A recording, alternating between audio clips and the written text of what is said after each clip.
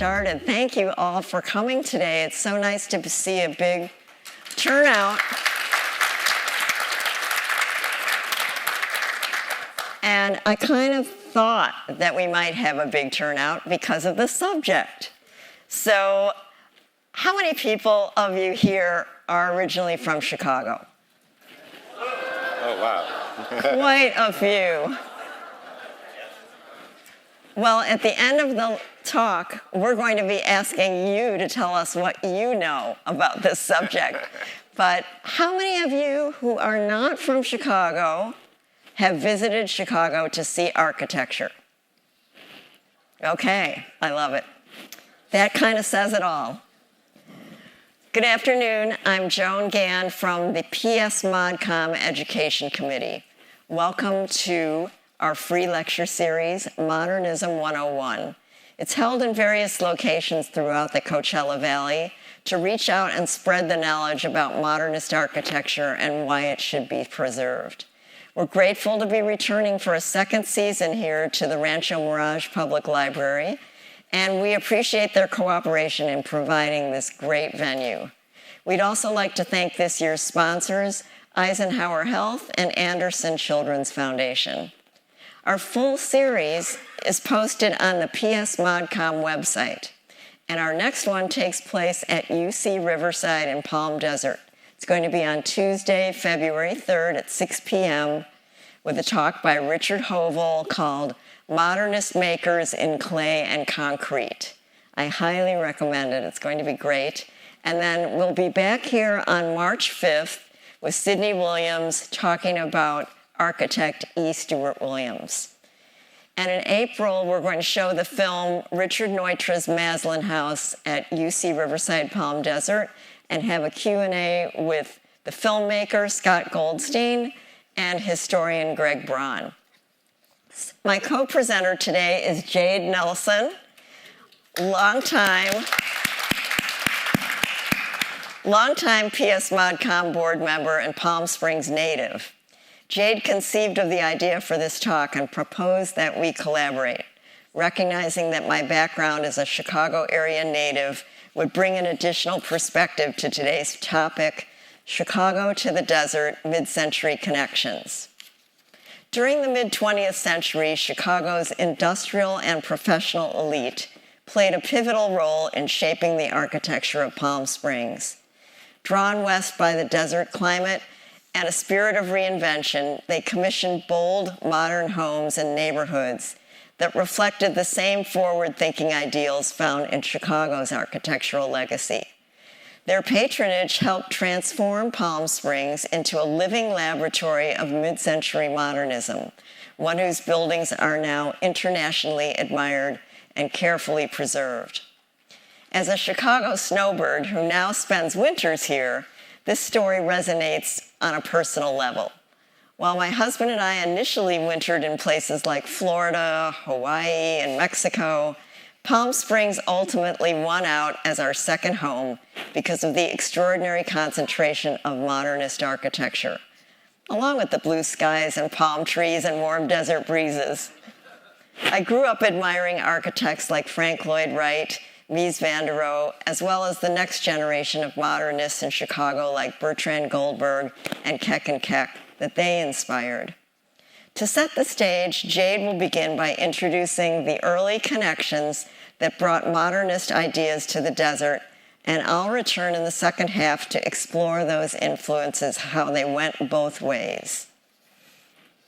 From the city of Wright and Mies, trade like front chill for desert breeze, to sunshine and a life that swings, escape to Palm Springs. Good afternoon. Take a look at all these images. What do they have in common? Well, they are just a few things that help illustrate some connection between Chicago and Palm Springs. But before we can talk about the mid-century connection between the two places, it's important to establish how Chicagoans heard about the desert and found their way here. Check out this Chicago Tribune ad from 1940. Enjoy gay days in Palm Springs. Little rendering of the El Mirador Pretty cool. In the earliest days, they would have had to come by car, or more often by train, often on the Southern Pacific Railroad's Golden State or Sunset Limited streamliners. Just imagine pulling into this train station in 1940 with all these cowboys and cowgirls.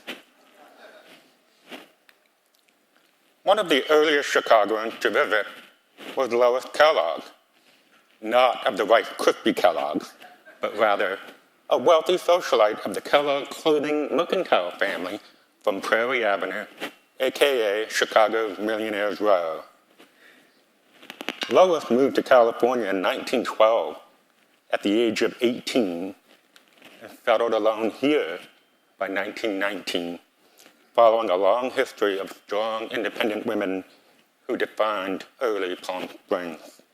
And she's renowned locally for her unfinished Fool's Folly, which was to be a Moroccan villa designed by Harold Cody and partially built by Alva Hicks near what is now South Palm Canyon Drive and Barista Road, where the old Rite Aid used to be.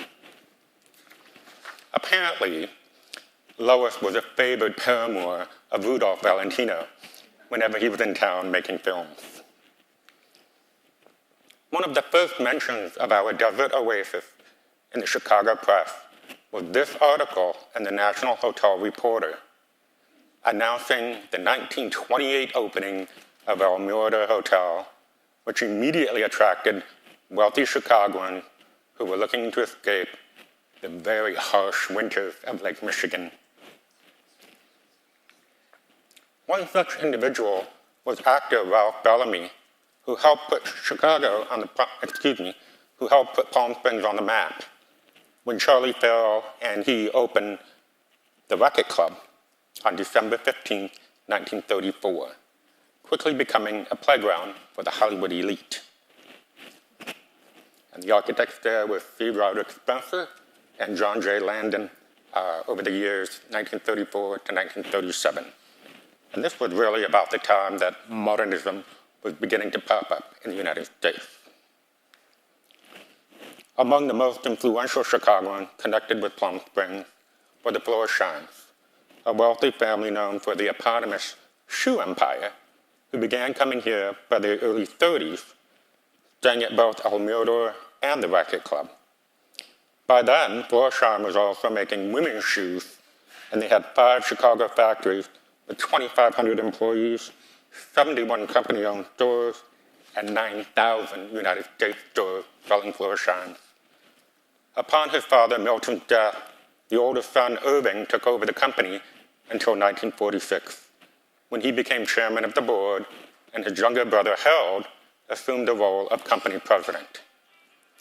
They helped shop owners sell their shoes around the country, hence many small towns had stores selling Florsheim shoes, including the Palm Springs shoe store at 406 North Palm Canyon Drive, which relocated to the Carnell building nearby for many years, as seen here.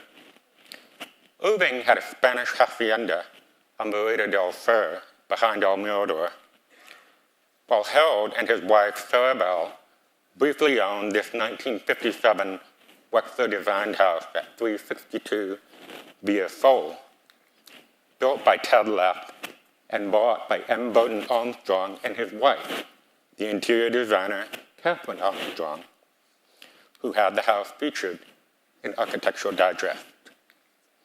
And these are some of her interiors.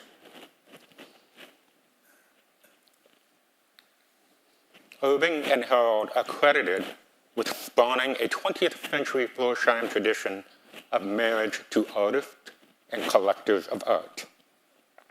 Harold's second wife, Sarabelle, Sue Florsheim, amassed an impressive art collection, including works by Degas, Matisse, and Klieg, along with this masterpiece by Monet, courtesy of her husband's indulgence and expansive personal funds.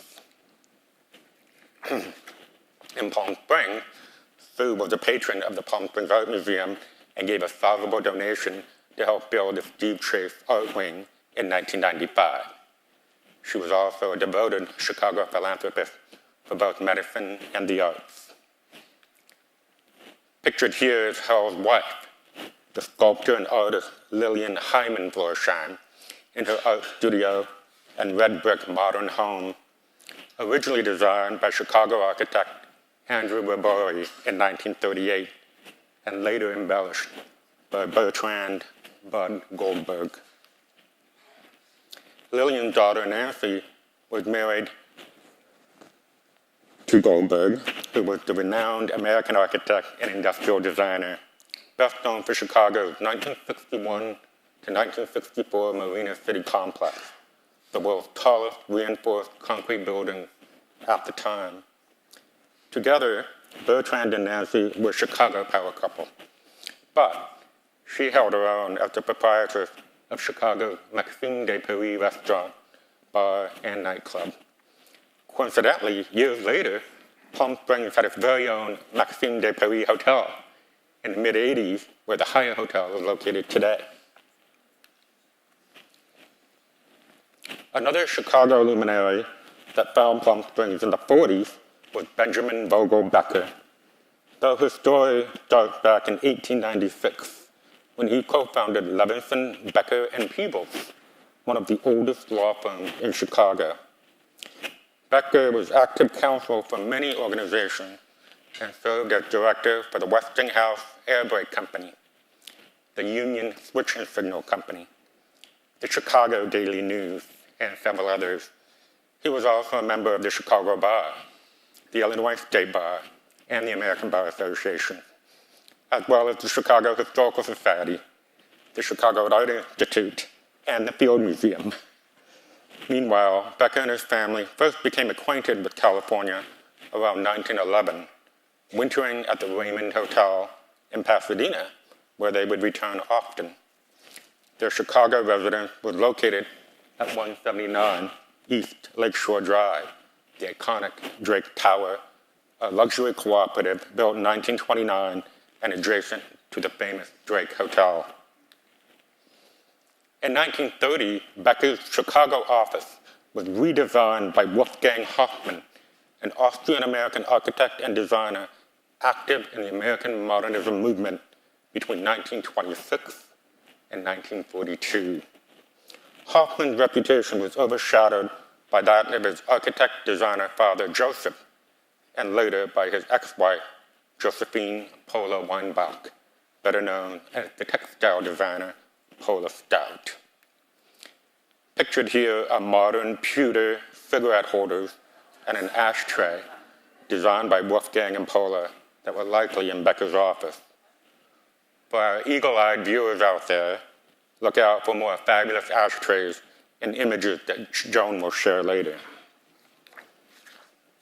In 1932, Hoffman helped develop the Rainbow City, a multicolored, modern architectural exhibit for the pivotal 1933-34 Chicago World's Fair. In 1947, Becker and his wife Elizabeth, seen here, bought their Palm Springs house at 303 Crestview in the Mesa, later owned by actor Robert Wagner and the author Herman Wouk. In the spring of 1948, the Beckers joined the Palm Springs Art Museum, where Elizabeth remained active after her husband's death in 1955. In 1947, E. Roy Fitzgerald moved from Minnesota to Chicago, where he was president of National City Line, a transportation company that operated in 42 American cities and no doubt had buses coming here from Chicago. He went on to co-found National Hotel Enterprises, which bought Almirada Hotel in 1952 and took over its operations along with fellow Chicagoan John L. Nelson, who managed the glamorous Edgewater Beach Hotel in Chicago for 14 years, seen here and sadly demolished in 1971 for modern apartments. Fitzgerald hired African-American architect Paul R. Williams to design Almirada's 1950 edition and the modernization of the public spaces. Ray Ryan, Indianapolis oilman, later succeeded Fitzgerald as president and bought the hotel outright in 1960. is now Ray Ryan's El Mirador Hotel.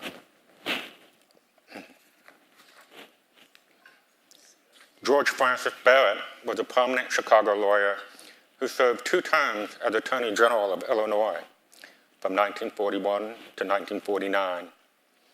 He and his wife Marcia began wintering here in 1939, staying at El Mirador, of course, and later at the Racket Club, before buying their first home in the Deepwell neighborhood, where they later commissioned a large house on Driftwood Drive by master designer and builder Joe Pauling.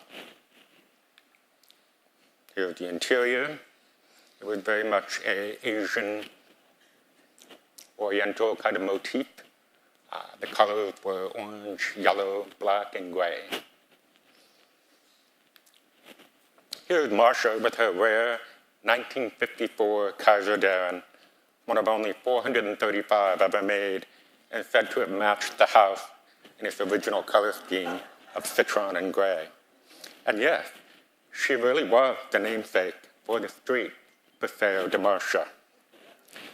In 1969, she was the president of the Civic Art Association of the Old Palm Springs Museum, and later chaired the membership committee when the new museum opened in 1976. Both of the Barretts were civic-minded and highly involved in local philanthropy and the social scene. George also developed and built a neighborhood off of Sonora Road near Deepwell. Their home later belonged to the actor William Holden and is currently listed for sale by its current custodian for a cool $10,995,000. So it can be yours. Both the Barretts and the Florsheim were often featured in the local paper, including this December 1952 photo essay showing them dining at El Mirador's grand reopening gala alongside the film stars Van Johnson and William Powell. And this was just, any day in Palm Springs, this was going on all the time. Chicagoan Donald Duncan founded the Duncan Parking Meter Corporation and made a small fortune installing and servicing the city's parking meters before mixing business with pleasure and founding his eponymous toy company, then popularizing the yo-yo, hence becoming known as the Yo-Yo King. He and his wife, Denise, bought their winter home at 457 Hermosa Place from the second owner and fellow Chicagoan, Henry Weinberger, the head of Columbia Broadcasting Company, in the summer of 1946, to which Duncan added a guest house.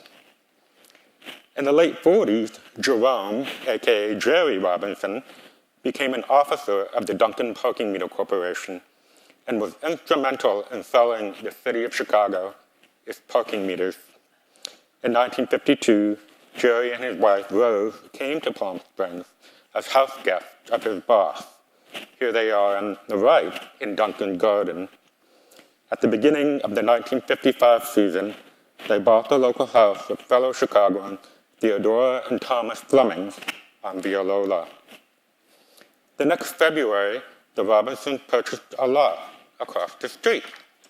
Shortly thereafter, they engaged the services of LA architects A. Quincy Jones and Frederick Emmons of the firm Jones and Emmons to design a new residence and pulled a permit that October to build a 120,000 nine-room residence completed in 1957.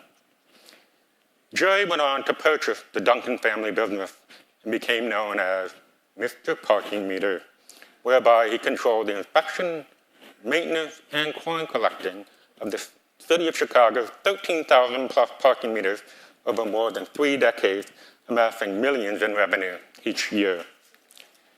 Jerry and Rose are on the chaise lounges in the back of this photo on the far right, while their daughter Jacqueline is holding their granddaughter Robin, who lives in Palm Springs today and is here in the audience.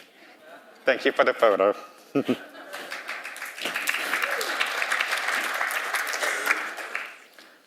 George Shea and art dealer Gordon Loxley, seen here on the right, also from Chicago, were later owners of the Robinson residence. who made the property available for the 2001 remake of Ocean's 11, as seen in these images from the film featuring Brad Pitt, George Clooney, and Elliot Gould. Today, the Robertson residence retains a high level of historic integrity, is currently being restored, and was recently designated a Class 1 historic site by the city of Palm Springs. Chicagoan and mobster John Jake the Barber Factor, who initially trained to be a hairdresser.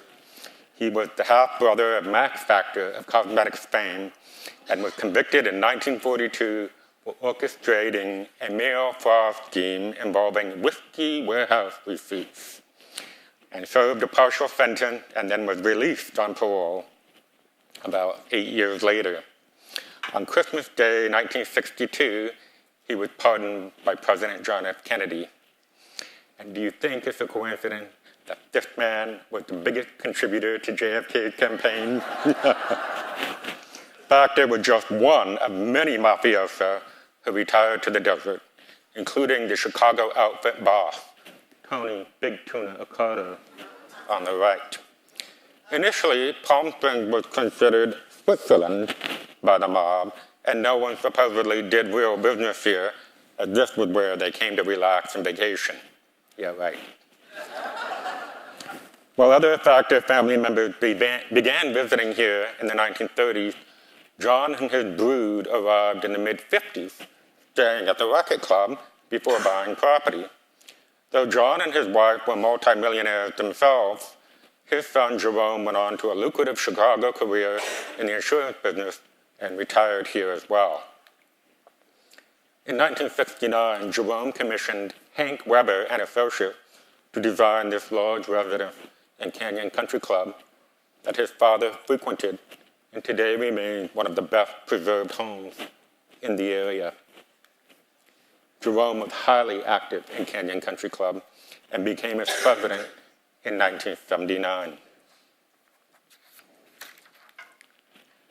Samuel Banowitz was a Chicago native who attended Crane High School and received his law degree from DePaul University. He changed his name to Banowit and became president of National Properties, a large and well-known real estate investment firm responsible for developing the Chicago landmark as the Borg-Warner Building on Michigan Avenue and what is now the TransUnion Building at LaSalle and Jackson. In 1954, Banowit came here and joined Tamara's Country Club, one of the emerging clubs at the time that was developed to serve a Jewish clientele, as many other clubs of that period were anti-Semitic and excluded minorities. Banowit was also a member of both the Racket Club and the Tennis Club. When working in California, his office was in Beverly Hills, where he bought a modern Truesdale Estates winter home and hired the architect Harold Levitt to update it in 1960. From 1958 to 1964, Banowit became the lessee of the 8-acre site containing the natural hot springs owned by the Agua Caliente Band of Korea Indians, and he developed the Palm Springs Spa and Hotel with the first all-female tribal council. Sadly, that mid-century masterpiece, visited and beloved by many Chicagoans, was demolished in 2014 to make way for the Agua Caliente tribe new spa and cultural center. Albert Fey, a name we all recognize, no doubt. While Fey wasn't from Chicago, he did stop there on his cross-country road trips from New York to Palm Springs in 1932 and 1934, as outlined by hand on this map of his, which is from the museum. Quite likely, he visited the World's Fair and was inspired by the colorful exhibit of modern architecture. Side note, Fey's first Palm Springs design, the 1934 Coker Sampson building, was influenced by Mies van der Rohe's work in Germany about the same period. Nearly 30 years later, in 1962, Fey returned to Chicago and toured a few of Mies van der Rohe's 30-plus buildings there, which he filmed with his 8mm camera as evidenced in these few images. Fey visited the American Association of Railroads on the right, built in 1953, the 1955 Illinois Institute of Technology Commons Building, and a Meade construction site, as seen on the left, as well as the very important 1956 Esplanade Apartments by Mies van der Rohe. After Fey's 1962 Chicago visit, he designed Fey House 2 and the tramway gas station, both of which bear similarity of materials to some Mies design, most notably steel framing and walls of glass. Now, we drop the R and go from Fey to Fey. Roy Fey was a Chicago CPA, businessman, and builder who first came to Palm Springs in 1955 and stayed at the Biltmore Hotel before buying a home in Deepwell. Known for saying, quote, "I'm sold right down to the marrow of my bones on this Palm Springs," unquote, Fey saw enormous potential for new development during an economic boom. He quickly got to work on his first tract, a Rancho Vista Estates, 1958 to 1960, designed by Wexler and Harrison. They also designed Fey's next project, Caballeros Estates, one of which was purchased in 1960 by actors Janet Leigh and Tony Curtis for $46,000, leading to a long association of celebrities with Fey-built homes.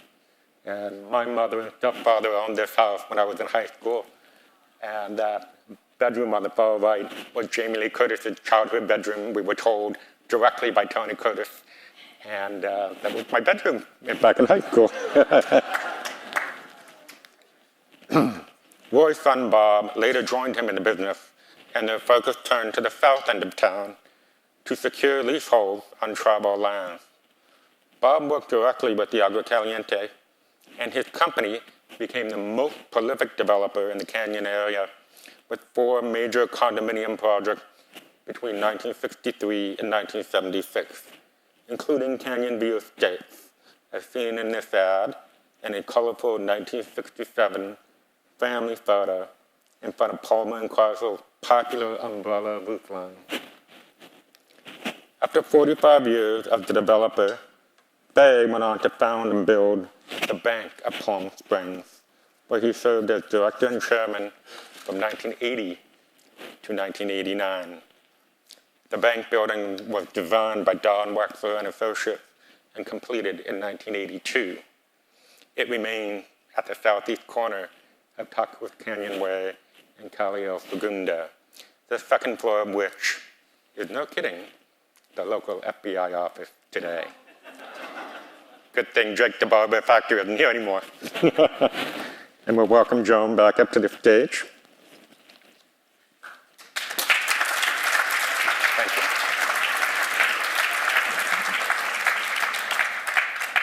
This one. Thank you, Jade. That was fantastic. Thank you. And I'm going to now take you on a little journey to some other Chicagoans and things that they built. This is the Morse House from 1961.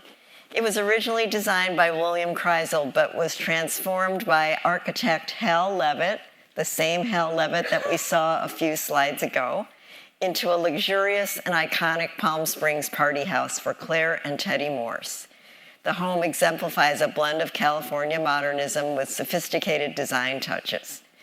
After restoration in 2005, it remains celebrated for its striking white rock exterior and terrazzo sidewalks, hallmarks of mid-century desert architecture with a Chicago connection. This photo by Tom Blatchford is from his book, Moonlight Modern, and was taken only with moonlight. The house was commissioned by Claire and Teddy Morse. Claire was a glamorous Chicago socialite who wanted a one-of-a-kind party house. Originally, the house was one of a group of Alexander Vista Las Palmas tract houses designed by William Kreisel, but Claire wanted something more grand, so they hired Hal Levitt to redesign it midway through construction. So why Hal Levitt? He was a veteran architect who designed homes for the rich and famous. Here's just a few of them that he designed for: Steven Spielberg, Lou Wasserman, Olivia Newton-John, Quincy Jones, Burt Lancaster, Dean Martin, Debbie Reynolds, Lionel Richie, Kenny Rogers, and Hal Wallace. Many were located in the Truesdale Estates neighborhood of Beverly Hills, including the one we showed earlier, owned by Sam Banowit from the Spa Hotel. The Morse House has attracted many artists and photographers because of its striking facade. This neo-realistic painting by Danny Heller might be mistaken for a photograph. It features my 1963 Studebaker Avanti, designed in Palm Springs by Raymond Loewy. And how many of you attended last month's lecture by Jacques Cassan? He told all about this car. We were the 9th owners of the house, my husband Gary and I, sitting in the front row there. And we were thrilled to own it for 8 years. We did further restoration and got it designated as a Class 1 historic site in 2016. Believe it or not, the first one in the Vista Las Palmas neighborhood. In 2018, we received the Residential Preservation Award from PS ModCom. And in 2023, it was featured on the cover of a book called California Dreamers by Sally Davies. And finally, the ultimate honor was to have the Morse House featured in a shag painting called The Imposters. You can see Simon and Garfunkel impersonators in the middle. And my husband is on the Eames chair, and I'm sitting on the stairs in the blue dress. I asked Shag how he got the idea for this painting, and it said he came to him in a dream. This is the Goldberg House, and it was originally commissioned by the developers of the South Ridge neighborhood as a showcase project for architect William Cody in 1964. It was the second house built in the development and intended to attract buyers for the lots that they were selling. Midway through construction, just like the Morse House, the house was purchased by Chicagoans Stanley and Phyllis Goldberg, Chicago industrialists with a strong interest in modern design. They retained Cody and brought in Arthur Elrod to refine and expand the interiors, transforming the house into one of Palm Springs' most elegant and socially active modern houses. That was their goal, designed for entertaining. This is a current photograph of how the house looks today after restoration. So who is Stanley Goldberg? He was a Chicago industrialist and philanthropist who held one of the earliest patents for aerosol dispenser valve technology. Psht, psht. He was the founder and president of Aerosol Research Company of America, based in Forest Park, Illinois, which became one of the nation's largest manufacturers of aerosol valves. A native of Chicago and a University of Illinois alumnus, Goldberg lived on the near north side before relocating to Palm Springs. The Goldberg family owned the house for quite a long time, until 1997. These photos are from Architectural Digest, the fall issue of 1967. And they show some of the updates that Cody and Elrod implemented at the client's request. The dramatic step-down bar on the right, aligned to the central axis of the living room and oriented towards the valley floor view, became a focal point for entertaining. The living room was further anchored by a book-matched travertine fireplace, seen on the left, reinforcing the home's sense of material richness. In 2016, the house was purchased by designer Michael Johnston and Broadway lyricist David Zippel, at which point it had suffered from years of neglect. It had been an Airbnb rental for many years. And that wreaks havoc on a house, as we know. But Johnston led a careful restoration that returned many of Cody's original design intentions. Here you can see the bar area is very much the same as in the 1967 photo. Even that mirror and the wine rack are the same still. Cody's original thin roof line was recreated, terrazzo floors installed, and the architect's original walnut front doors were reconstructed. You can see that. In case you're wondering, that piano area, which looks like it's outdoors, and being a piano player myself, I said, how can you put the piano outside? It's actually indoors, illustrating one of the important characteristics of desert modernism, blending the line between inside and outside. The plants are real plants, though, I asked. And here you can see the book-matched travertine fireplace, just like in the Architectural Design Digest photo. In recognition of this restoration, the Palm Springs Modern Committee awarded Johnston and Zippel its Residential Rehabilitation Award in 2018. And in 2022, the city of Palm Springs designated the Goldberg House a Class 1 historic site, cementing its status as a significant and masterful example of mid-century modern architecture. In the early 1970s, Palm Springs interior designer extraordinaire Arthur Elrod collaborated with Chicago art collector Sigmund E. Edelstone on the interiors of his residences in both Chicago and Palm Springs. It seemed like Sig, as he was known, was one of Elrod's favorite clients because, according to Elrod, he was already in tune with our thinking, and his understanding of interior design made our collaboration a pleasure. Edelstone was so in tune with Elrod's firm that he used them to design both his Chicago and his Palm Springs residences. The sculpture on the left, the red sculpture, is an Alexander Lieberman sculpture that was commissioned specifically for this outdoor patio in Palm Springs. You'll see the living room of the Palm Springs condominium there, and then you'll see on the right Architectural Digest featuring the Gold Coast apartment at Drake Towers. So I just came across this and I thought it was interesting.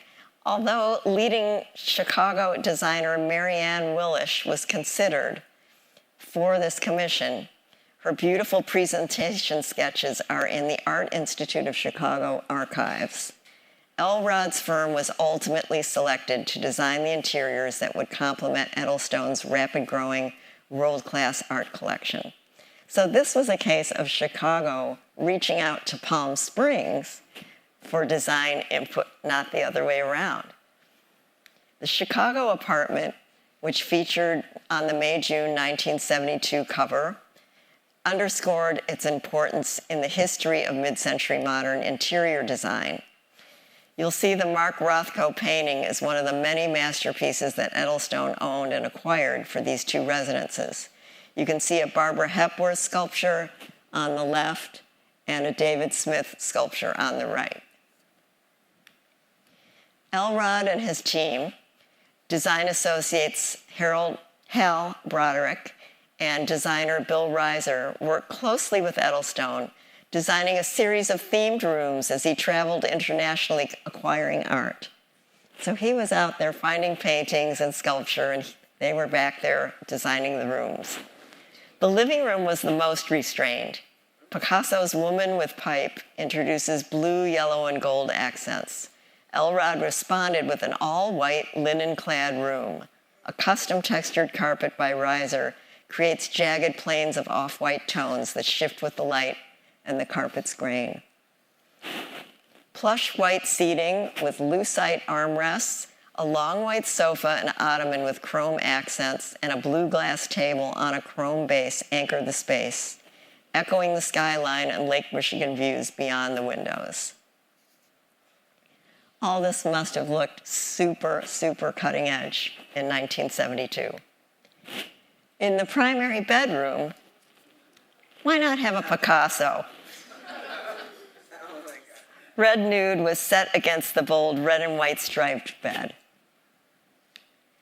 So who was Sig Edelstone? We keep wondering, who are these people who have incredible, incredible taste and the funds to support that? He was a Chicago industrialist and philanthropist who made his fortune developing perfect match automotive touch-up paints. His company was called Duplicolor, making color a central concern, though in a very controlled way. When he commissioned these residences, he was a bachelor in his early 70s, and he described himself simply, "I don't like clutter, I'm a purist." I love how the views of Lake Michigan through these windows surround Alexander Calder's Swizzle Sticks. The game room study features a painting by Adolf Gottlieb called Orange Calligraphy. When I was researching it, I found that this recently sold at Christie's for $1,272,000. Just good to know. And now we've come full circle, back to the Palm Springs Racquet Club, where Jade originally started, talking about the Chicago connections, became the site of the Edelstone Condominium in 1973. Edelstone's Palm Springs residence combined 2 units at the Racquet Club, and that's located at 130 Racquet Club Road, by the way. This was completed in 1973. I was able to tour this back when it was for sale, and I can tell you, this entrance with its custom stainless steel gates and matching doors was an impressive introduction to a tour de force in interior design. The floors were large slabs of Idaho travertine, creating a monolithic, refined surface. Edelstone was so detail-oriented that when he discovered there were a few tiles with black lines in the stone, he had them removed and replaced immediately. Can't have any black lines. They literally had to go back to the quarry in Idaho to make sure and get the right match. Furnishings emphasized white and tan textiles, clear glass tables, lucite elements, and extensive chrome and stainless steel accents. 2 views of the den illustrate Edelstone's range of taste. One features an op art color field painting on the left by Wojciech Fanger, the first Polish artist to receive a solo exhibition at the Guggenheim Museum in 1970. The other shows a painting by Paul Jenkins, on the right, known for his flowing poured paint technique. Elrod himself prominently displayed a large Jenkins in his own Palm Springs home. And for years, the Palm Springs Art Museum had their huge Jenkins in the entry gallery. You can see how restrained the color palette and how low-key the furnishings are to let the art be the star of the room.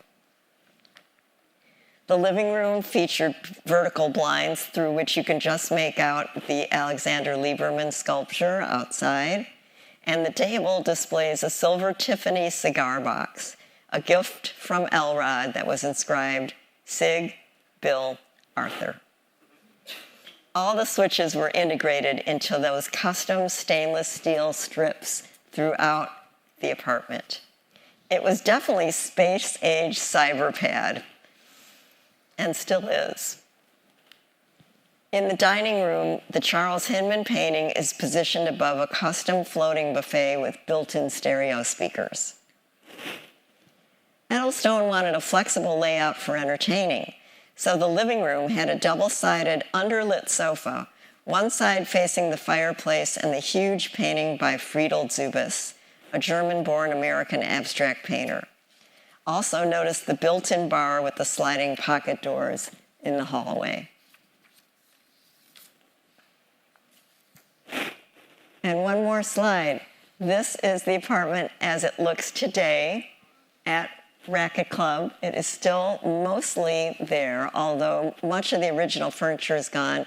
It's an Airbnb that you can rent. It's called the Elrod Villa, but you can see the curved cabinet is original, the bar is original. Much of the other things have been sold and live in other houses around Palm Springs. But I took a look and I wanted to see how much it was renting for, but it was all rented out for the next year. so I couldn't even tell what the prices were.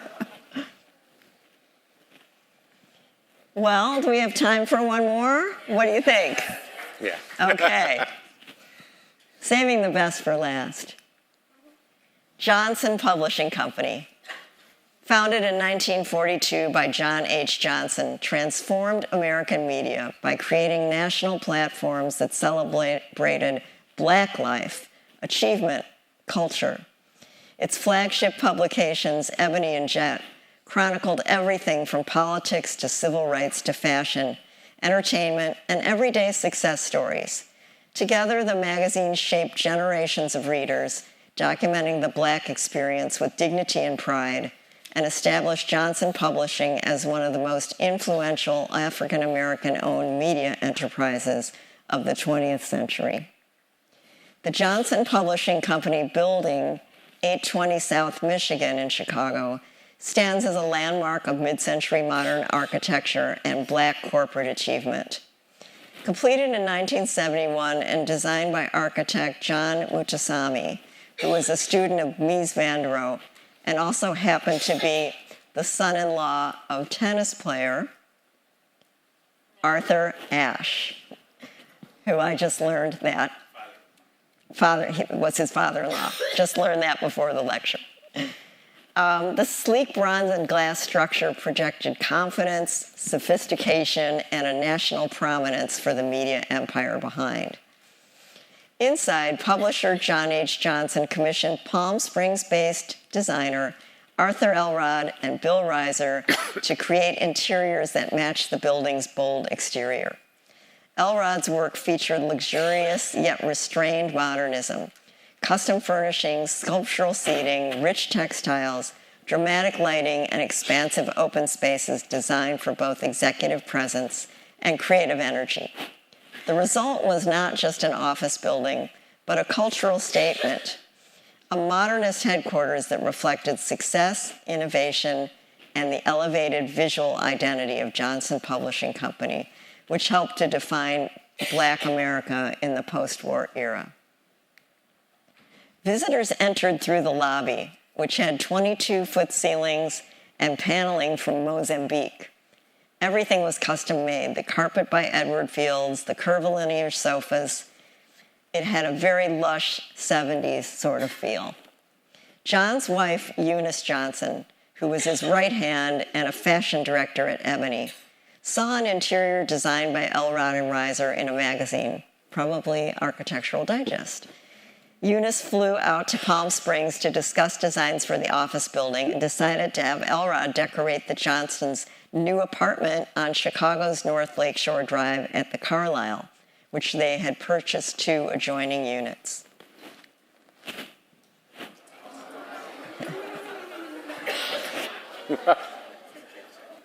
This is called the Ebony Test Kitchen. Chicago's preservation community rallied to save this. You can see why. It's a psychedelic tour de force where they would test recipes. What kind of recipes were they testing in there? Ribs. New York's Museum of Food and Drink hosted a fundraising drive to reassemble this at the Smithsonian's National Museum of African American History and Culture in Washington, D.C., where you can go see it today. A sensibility of glamour and pride and pizzazz could be seen throughout, and Elrod's colorful interiors are the kind of 1970s design that's being newly revived and appreciated today. Johnson Publishing closed its business as business declined in the 21st century and ultimately filed for bankruptcy. In 2010, the company sold its longtime headquarters to Columbia College, which never moved in, but the college later sold the landmark building in 2017 to developer 3L Real Estate. That developer converted the 11-story structure into about 150 apartments, preserving the famous Ebony Jet signage, which is now part of the roof deck where you can sit up or you can take a selfie. And it reopened as residential housing in 2019. The building has changed hands again and still remains apartments, the legacy remembered even as its use has shifted from publishing to housing. 3L Real Estate, while remodeling, saved many of the original features and framed remnants of the carpets and fabrics on display in the lobby. If I can go back without messing up here. See that carpeting? There it is. So what a cool idea. If they couldn't save all the interiors, at least they saved some little bits of them. Also interesting, Ebony and Jet were later revived by basketball player Junior Bridgman and his daughter as an online magazine with occasional print issues that continues today. In the October 1972 Architectural Digest feature, Eunice said that she told Reiser and Elrod that she wanted the apartment to complement our two complexions in tones of browns and beige. We felt this type of setting would be comfortable and flattering. To that end, the apartment featured rich walnut travertine walls in the living room, a custom zebra wood coffee table, herringbone walnut parquet floors, and earth-toned Edwards Fields carpets, as well as a sprinkling of zebra and leopard print fabrics. The art included sculptures by Marino Marini and Pablo Picasso, a Marc Chagall painting, and a Ruth Asawa hanging wire sculpture, which you can see right back there in the corner, and pieces collected from their global travels. So Arthur Elrod would not allow the couple to come and visit during the last 2 weeks of completion. He wanted them to be surprised, and so he invited them to a guided tour of the finished interiors, complete with a catered dinner. Can you imagine them walking in and being on the arm of Arthur Elrod saying, "Now, here's your living room, here's your dining room." I just love that. He then invited them to come visit in Palm Springs, and they loved it so much they bought a house north of Arthur Elrod's in Southridge from Chicago businessman Ralph Stolkin in 1974. That house was inherited by their daughter in 2010 when Eunice passed. John had passed in 2005, and it was listed for sale in 2019. These spectacular, colorful Elrod interiors only exist in photos now, the ones that we've just seen, and in the memories of those lucky enough to experience them.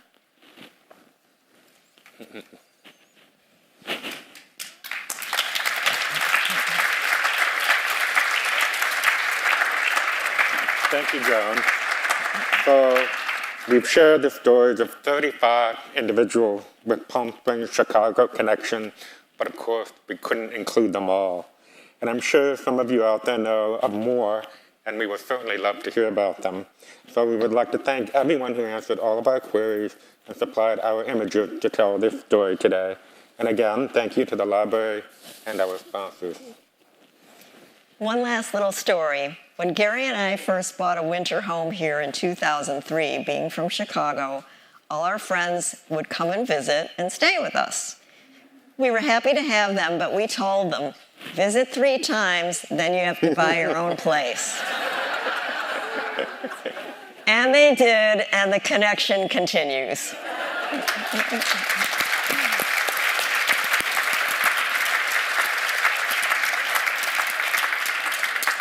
Thank you so much, and we would like to open it up to questions, which we will try to answer, or comments, or any knowledge that you might have that you want to share about more Chicago connections.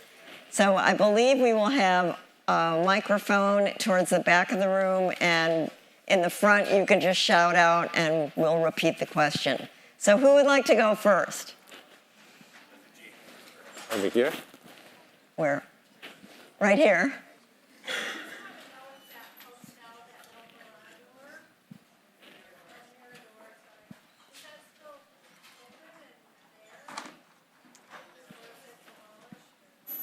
The house at El Mirador, the El Mirador was a hotel.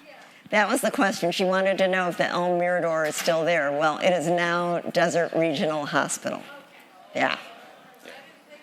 No, unfortunately. You could stay Right. Yes.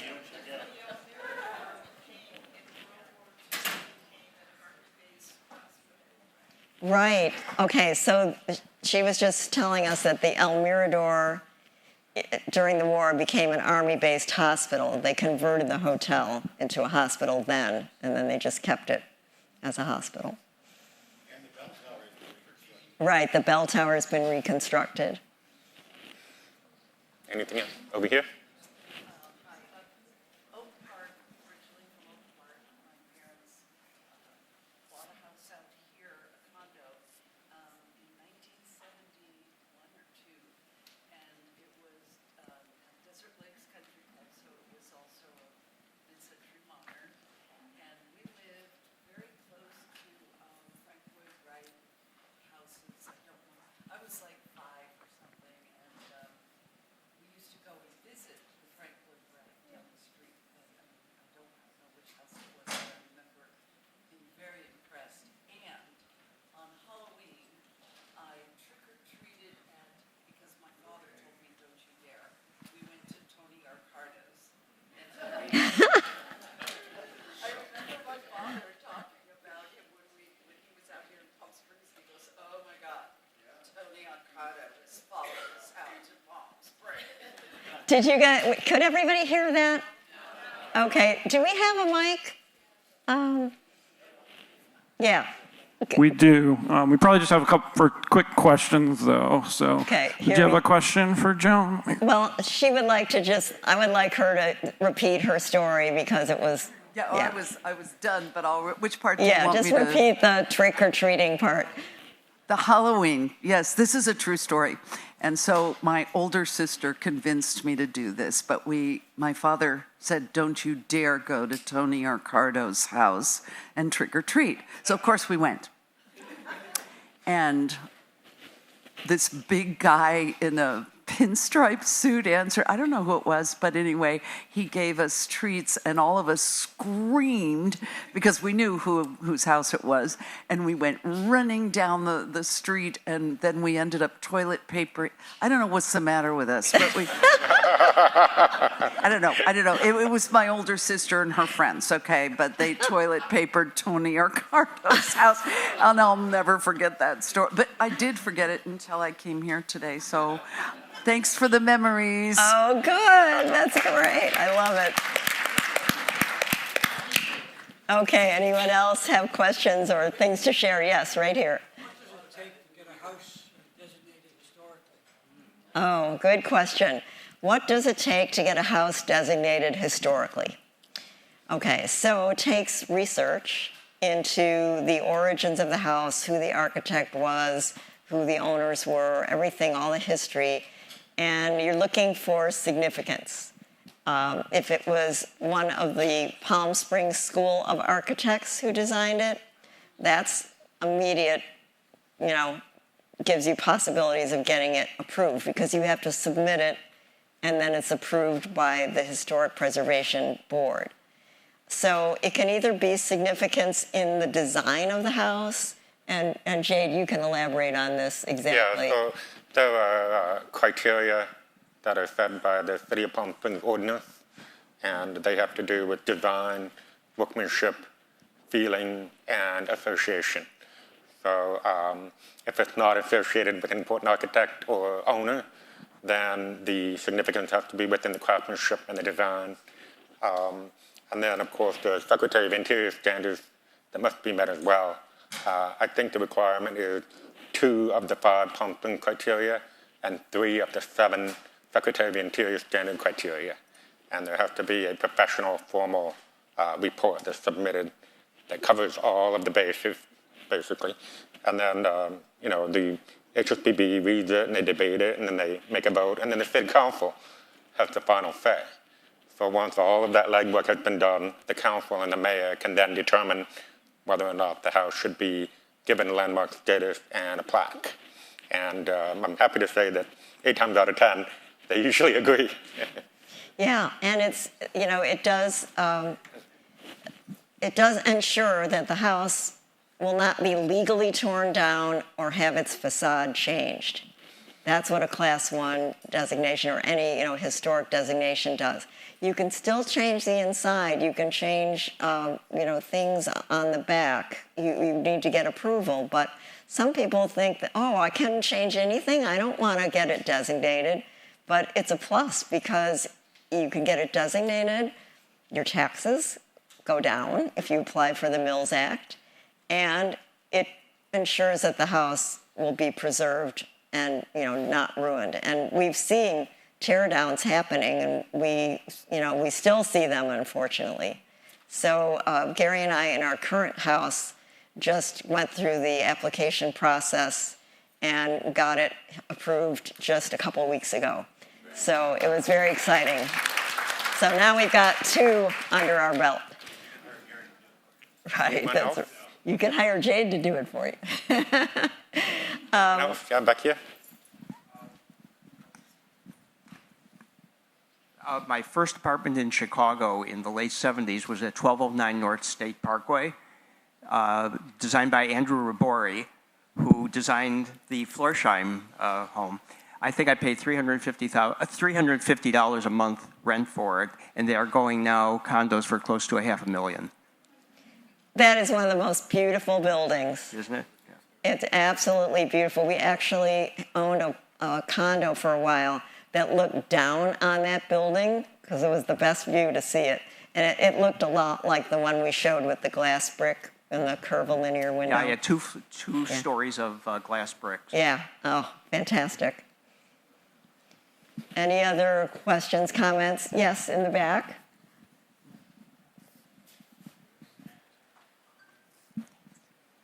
My uncle was Hal Broderick. And as a child, we would come down from Orange County for Easter and, different holidays, and it was better than going to Disneyland. We would see Arthur and whatever their latest project was and go out to dinner and see all the movie stars, which of course they knew, and it was just amazing. Just amazing. I mean, seeing some of those photographs was like, I remember my uncle talking about Edelstone. He said it was one of the toughest jobs they ever did. And Johnson also. I remember him talking about it, and I thought, how could it be hard? You're just putting furniture in there.